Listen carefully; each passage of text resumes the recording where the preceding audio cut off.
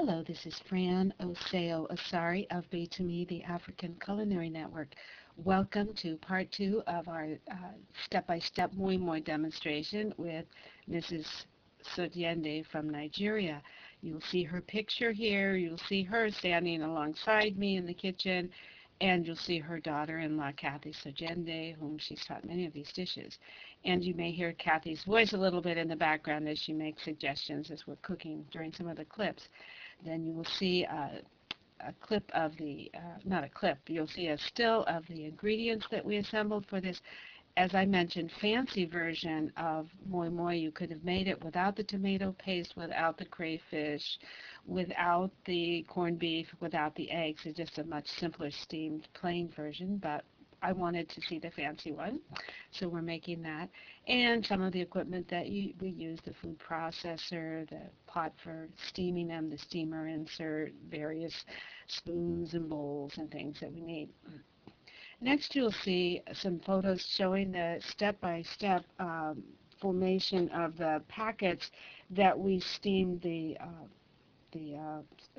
moyin-moyin. These are foil packets because that's what we have to use in the United States. And as you'll see, you first tear off a sheet of aluminum foil. Our foil was about, I think, 12 inches wide and slightly longer, so it was maybe like 14 inches. I'm not sure, is that 50 millimeters? Anyway, a little bit longer than it is wide, though you can vary the sizes of your packets according to your preference. You can make them much larger or smaller.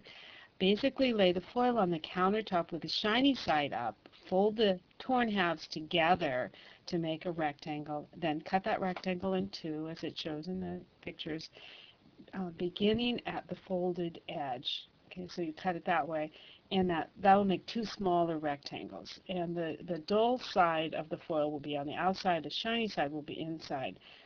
And so then you will make the packet by turning the edges of the longer sides, the two longer sides, over about 1/4 of an inch or a little bit larger. I think that's about 5 millimeters. And seal that down the seam. Press it down and fold it over again 1 or 2 more times to make a really good firm seam on the pocket so that there'll be a fold on one side and seams on two sides and one open end. And if you don't do a good job of this, your moyin-moyin is going to seep out the edge of these and spill out when you begin to put it into the steamer. So make sure you've got a good firm edge on that. You'll need at least a dozen of these. As I may have mentioned, we didn't make quite enough, and we had to stop at the end and I quickly had me make a few more, and that's why you don't see the picture of them being filled. I was busy making them and filling them quickly. You'll need, as I said, about at least a dozen for a pound of black-eyed peas if you're using a full pound. And you need to get these ready before you go ahead and make the batter, because at the point at which the batter is ready to fill them, you cannot stop and take the time and leave the batter sitting while you make them. Also, the beans, you need to soak them before you dehull them, before you put them in the blender to loosen the skins. And as I said in my earlier blog posting, the preferences run from just a few 10 or 15 minutes to an hour to 2 or 3 hours, depending on what your preference is. I do it for a shorter period of time, and you can check the March 12th blog posting at BETUMI blog for that. It's at www.betumi.com/blog.html. Anyway, as I said, you can make a plain or a fancy version of it. For our version, we used a pound of black-eyed peas, 2 medium onions, which we peeled and coarsely chopped, a good-sized fresh red bell pepper, that's the sweet pepper, which ours was about 7 ounces. We washed, seeded, and coarsely chopped it, 2 tablespoons of tomato paste, about 2 cups of water or stock. And if you use water the way we did in this demo, you'll need to add a couple of heaping teaspoons of the granulated bouillon. We used about a 1/2 teaspoon of white pepper, even though you'll notice I slip and call it black pepper. At some point it's actually white pepper. And a 1/2 cup of peanut or palm oil. We used peanut oil here. and a couple of tablespoons of the large dried crayfish, a good tablespoon of seasoning salt or to your taste, and we used about, I don't know, a third a can of corned beef that we crumbled. You need to warm the peanut oil about a minute in the microwave, or if you don't have a microwave, I guess on the stove, before you add it into the batter near the end of the batter preparation. And also warm 2 cups of water to sort of lukewarm or slightly warmer, which makes it better for when you stir it into the batter. We actually warmed ours before we pureed the black-eyed peas, but after we'd hulled them.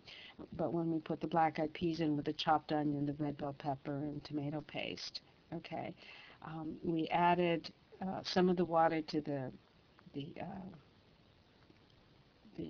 crayfish to before we stirred the crayfish in. So we we added some of the water into when we were pureeing everything, and then put in a little more at the end.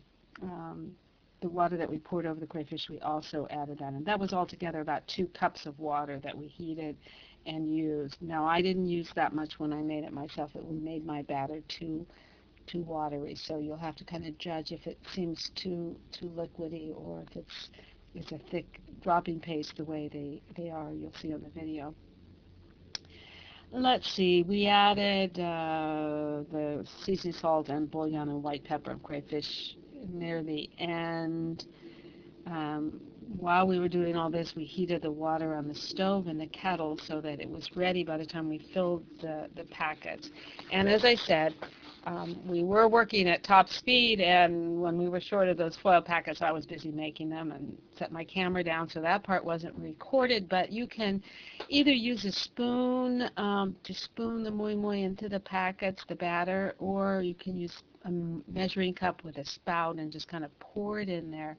But don't let the batter just sit there while you're, be ready to fill it immediately when the batter is finished and you've stirred the oil and water in at the very end and are ready to go. Basically, you fill about half full, the packets, each one about half full or a little bit over half full. They need to have room to expand as they steam, so you don't want to have them splitting open while they're steaming because they're too full.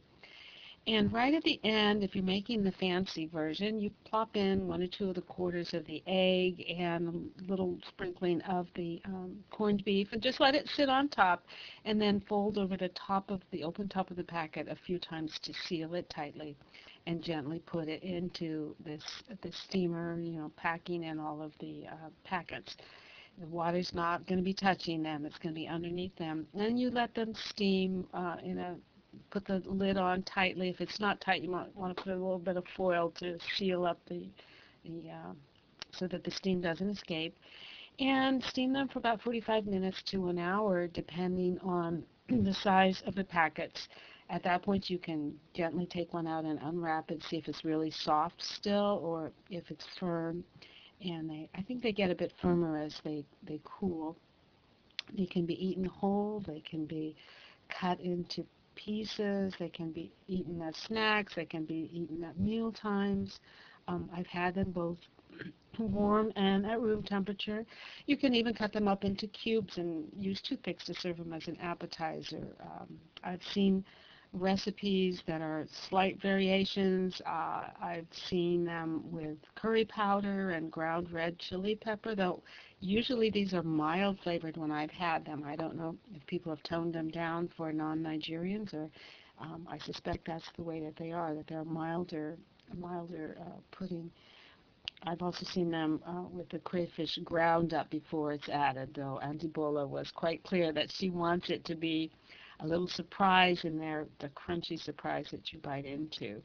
And anyway, you like it. I hope that you will try it. This is wonderful. It's not as common as the akara or kosi, the fritters, the bean paste that are deep fried. But this is a wonderful, versatile dish that's it's something that North Americans are not as familiar with, and I hope you will try it.